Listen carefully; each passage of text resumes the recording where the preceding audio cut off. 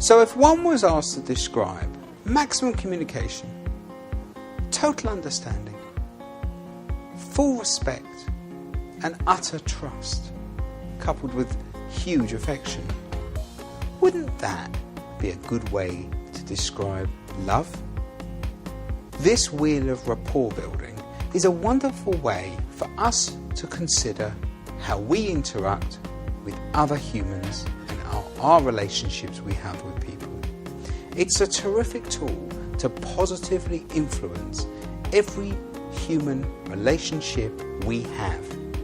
However, whilst we can use this tool to develop and improve new and existing relationships, it's also a fantastic way to repair or rescue relationships that have gone off track. And I'm talking about even the really bad relationships. Understanding and having the knowledge and confidence to use this tool can help you repair tired relationships. And it can even help you rescue really damaged and broken relationships.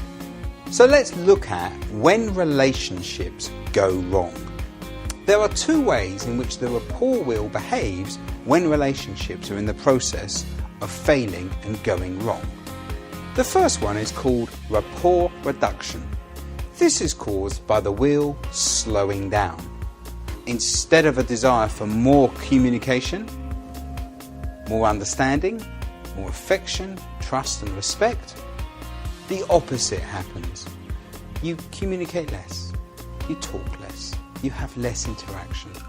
Therefore there's less understanding, and slowly the wheel slows down. Somewhere in the relationship, an element of trust or understanding or affection, respect, something's happened to just take the edge off it, and instead of moving forwards, it starts decelerating. And the relationship slows down.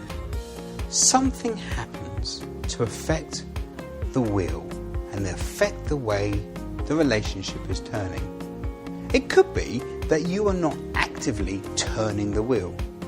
Any relationship left alone will naturally deteriorate and slow down unless you're actually engaging with each other. For example, if you speak once a month instead of once a week, then your instances of communication will be less, your understanding will be less, and the wheel will have slowed down in its turning speed. This can reduce the ability for the relationship to survive, because once a month becomes once every 6 weeks, once every 6 weeks becomes once every 6 months, once every 6 months becomes a Christmas card at the end of the year, and before you know it, you haven't seen each other for 3 or 4 years. Now there are some relationships which can stand this and are actually quite easy to pick up and see each other once in a blue moon. But for many relationships, it's the kiss of death.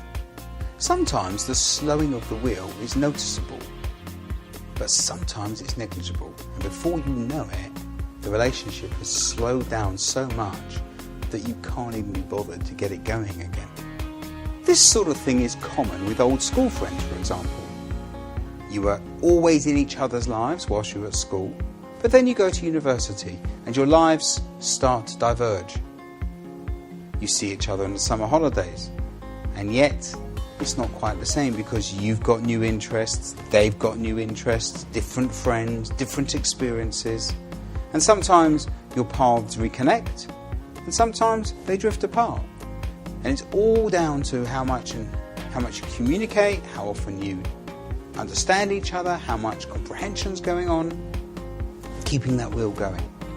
Funnily enough, this is where social media, Facebook, even LinkedIn, actually have a real value in keeping relationships going.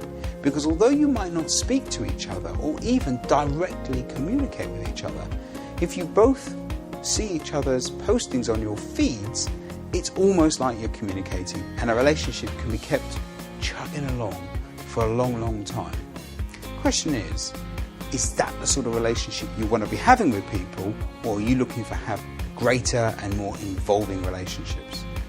Whilst these sort of relationships can slow down, peter out and die, actually to rekindle them is quite simple. You can reconnect with just a phone call, or even something as little as a Facebook poke. So that deals with rapport reduction, the slowing down of a relationship till it peters out. No one's really fallen out with anyone, but the relationship's failed because nobody's talking. The other and far more destructive event is known as a rapport break. This involves the complete destruction of all rapport and ultimately the death, often with no comeback, of the relationship.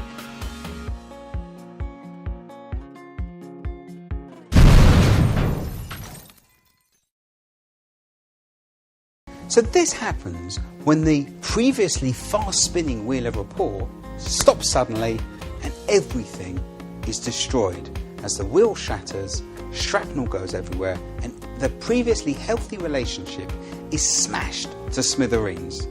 Imagine somebody sticking a lead pipe in the front wheel of a motorcycle, something like this.